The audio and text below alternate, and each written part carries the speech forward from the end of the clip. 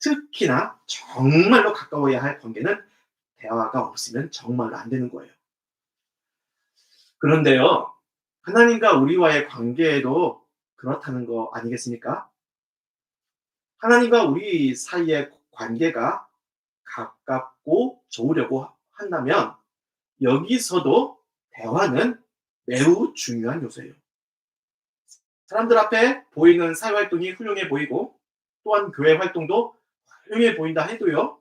실제적으로 여러분 자신과 하나님 사이에 대화가 오고 가는 인격적인 커뮤니케이션이 없다면요. 그것은 부부 사이에 대화가 없는 냉랭한 상황과도 같은 거죠. 본문을 보실까요? 예수님과 우리는 그저 적당한 친한 관계 정도가 아니고 둘이 한 몸이 되는 부부처럼 매우 가깝고 깊은 관계인 걸 볼 수가 있어요. 너희가 내 안에 거하고 내가 너희 안에 거하자고 말씀하시는 것이 그거 아니겠습니까? 여기서 근데 중요한 단어 하나가 나오죠. 강조하고 있는 거예요. 대화입니다. 대화. 대화를 강조하고 있습니다. 본문을 보실까요? 너희가 내 안에 거하고 그다음이 뭡니까? 내 말이 그냥 내가 너희 안에가 아니고요. 내 말이 너희 안에 거하면이에요. 그냥 내가 너희 안에 거하면이라고 하지 않았습니다. 내 말이 너희 안에 거하면. 그러니까 주님이 여러분에게 하시는 말씀이 여러분 마음속에 박혀 있어야 돼요. 그 말씀이 내 귀 속으로 내 마음 안으로 들어와야 합니다. 그다음 하시는 말씀을 볼까요? 무엇이든지 원하는 대로 구하라. 이건 기도에 대한 건데요. 즉 여러분이 무엇이든지 주님께 뭐 하라는 겁니까? 말하라는 거예요. 예수님은 너희가 내 안에 거하고 내가 너희 안에 거하는 깊은 관계를 위해서 내가 말씀하면 그 말씀을 너희 안에 받아들이고 너희는 무엇이든지 내게 말하는 깊은 대화 관계를 많이 많이 가지자고 하시는 거예요. 사실 신앙생활을 보면요. 주님이 우리에게 말씀을 부족하게 하시는 법은 없어요. 우리의 귓가에 주님의 음성 늘 들려주시려고 아예 당신의 말씀을 성경책에 기록하여 늘 볼 수 있도록 주시지 않았습니까?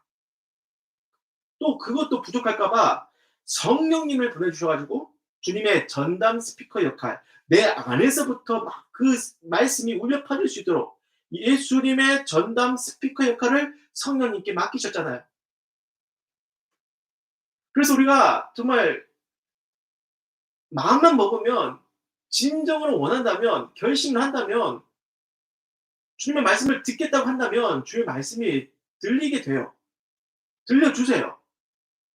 지나가다가 성령의 음성으로 느끼게 하시고 그 음성 듣게 하시고 성경 말씀 보다가 주님의 음성 듣게 하시고 하지만 그에 비해 주님 입장에서 보실 때에 우리가요. 우리가 말수가 너무나 적다고 느끼셨던 것 같아요. 쉬지 말고 기도하라고 하시나요? 무시로 기도하라고 하셔요. 조용히 말하지 말고 크게 부르짖어 말하라고 하십니다. 좋을 때만 말하지 말고 힘들고 괴롭고 고통스러울 때 그때에도 탄식하면서 내게 꼭 말해라. 그러니까 기뻐하며 말해도 좋고 슬퍼해서 말해도 좋고 절박해서 말해도 좋다. 아무튼 나의 말을 너희 안에 받아들이고 너희가 어떤 상황이든 무슨 상황이든 간에 무엇이든 간에 말을 하면 내가 다 들어줄게. 다 이루어 줄게.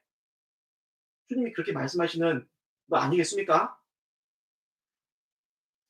주님은 마치 그렇게 말씀하시는 것 같아요, 우리에게. 우리 사이에, 너와 내 사이에, 나 사이에 대화가 많이 부족해. 더 많은 대화가 필요해. 지금보다, 지금보다 대화를 더 많이 하자고 열심히 요구하시는 거 아니겠습니까? 그렇습니다. 내가 주님 안에 거하고 주님이 내 안에 거하시는 부부처럼 깊은 하나 되는 관계를 생각한다면 대화를 자주 많이 많이 깊이 해야 합니다. 그래야 주님에 대해서 한 가지라도 더 알게 되고 이해하게 되고 주님을 신뢰하고 깊어지고 그분과 마음이 하나 되는 상황으로 가는 거 아니겠습니까? 간혹 우리는요. 주님의 끊임없는 대화 요구에 대해서 그러면 안 되는데요. 다소 질리다는 반응을 할 수 있어요. 아니 왜 그렇게 대화하자고 하시는 걸까? 왜 무시로 기도하라고 하고 왜 쉬지 말고 기도하라고 하시는 거지? 왜 사람이 그게 가능해? 이런 생각이 들 수 있잖아요. 왜 주님은 그렇게 대화에 목말라 하시는 걸까? 그분의 마음을 이해하기가 좀 어렵다고 느낄 때가 있죠. 하루에 한 번 정도만 얘기하면 되지. 저도 그런 생각을 할 때가 많아요. '아 왜 매번 기도하러 가는 걸까? 왜 자꾸만 대화하자고 재촉하시는 걸까?' 최근에 패션 오브 크라이스트 영화를 다시 봤는데요 제가. 사실 워낙 옛날에 본 영화라서 그때 본 기억들이 흐릿흐릿했었습니다. 그래서 다시 영화를 보니까 예수님이 채찍에 맞으시고 십자가에 못 박히시는 모습이 말이죠. 너무나 리얼하게 그 멜 기슨 감독이 너무나 리얼하게 그것을 잘 찍어 가지고 손발이 오그라질 정도로 너무나 잔인하게 시청했습니다. 특히나 로마 군인들에게 채찍 맞으실 때가 압권이었는데요. 쇠 갈고리에 살이 걸려서 뜯겨나가는 장면은요. 정말 너무하다 싶을 정도로 잔인하게 그 장면을 보았어요. 그러면서 드는 생각이 말이죠. '아 내 죄 때문에 내가 저리 심판당해야 하는 건데 예수님이 나를 대신하여 매질 하나 감하는 것 없이 고스란히 전부 다 받으셨구나. 도대체 주님은 얼마나 나를 깊이 사랑하시고 있다는 건가.' 사실 그렇게 생각을 했지만은요. 그 사랑에 대한 그 깊이를 잘 헤아리기는 어려웠습니다. 주님의 사랑을 잘 안다고 자부하기 힘들 정도로 그 사랑의 깊이가 참 크다고 느꼈어요. 분명히 큰 것 같은데 나는 그 크신 사랑을 제대로 잘 알지 못하는 것 같아. 그렇게 나를 위해 형벌받으신 주님을 생각하면서 오늘 말씀을 보니깐요. 사랑이 크면 클수록 대화를 원하는 것도 클 수 있다면 주님의 사랑은 엄청 크시니까 그만큼 나랑 더 가까워지고 싶어서 끊임없이 대화를 원하시는 생각 그 생각이 들게 되는 거죠. 하지만 그 반면에 나의 마음은 어떠냐?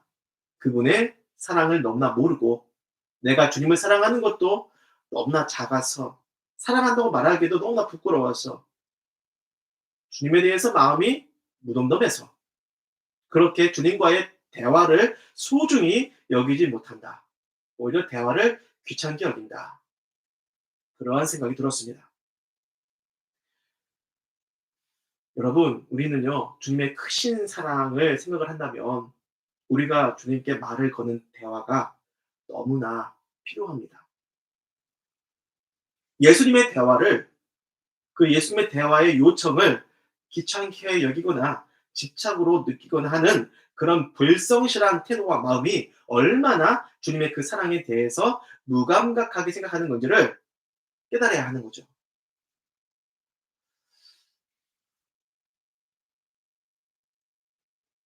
여러분, 이제 말씀을 좀 정리를 해 봤으면 좋겠습니다. 오늘 말씀